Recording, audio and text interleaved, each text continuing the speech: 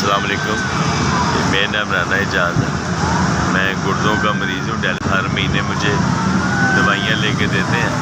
मुझे दवाइयाँ आपकी मेहरबानी इस महीने भी ले दीजिए। अस्सलाम वालेकुम। मेरा नाम जुल्फ़कार अली है। मैं गुर्दों का पेशेंट हूँ।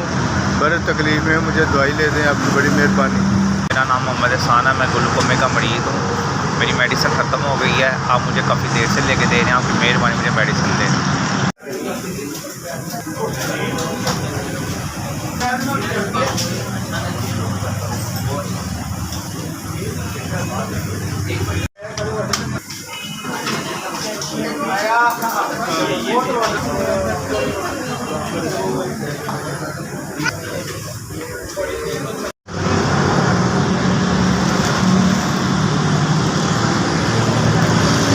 SVS आपका बेहद शुक्रिया। आप SVS आपकी बहुत मेहरबानी। आपने मुझे 5000 की मेडिसिन दे के दी। आपका बेहद शुक्रिया। बहुत SVS आपका बहुत बहुत शुक्रिया। आपकी बहुत मेहरबानी। अल्लाह पाक आपको रिज़्क़ दे। अल्लाह पाक को ज़िंदगी तंदुरुस्ती दे।